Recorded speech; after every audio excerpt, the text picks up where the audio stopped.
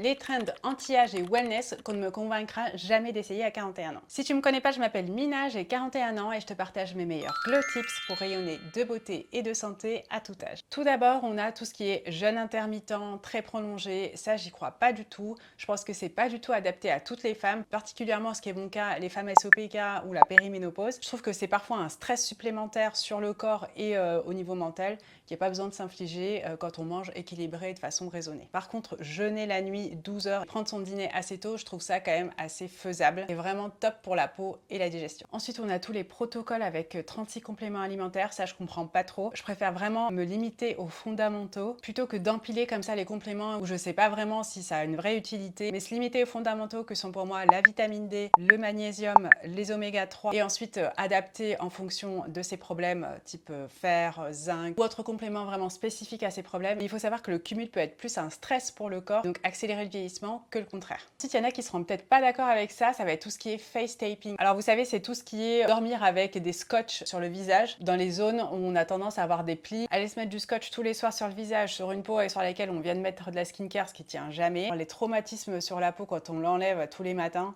je trouve que ça vaut pas le coup du tout et si on est vraiment sérieux sur limiter les rides pendant le sommeil, autant dormir sur le dos, ça marche très bien aussi. Ensuite, ça va être tout ce qui est injection d'acide hyaluronique ou de botox très tôt, avant 35 ans, dans une optique de prévention. A priori, ça a été vraiment montré que ça servait pas à grand chose et moi personnellement, j'ai vraiment préféré miser sur tout ce qui était bonne routine de soins, un démaquillage tous les soirs, de la crème hydratante tous les soirs, des bonnes habitudes de vie et de la protection solaire. C'est vraiment ce que je vous conseille si on parle de prévention. Pour moi, le slow aging, c'est pas vraiment dans les tendances, c'est plutôt des choses simples, durables, qu'on va pouvoir répéter tous les jours et qui ont en général des bénéfices pour tout ton corps et ta santé. Abonne-toi pour les prochains Glow Tips.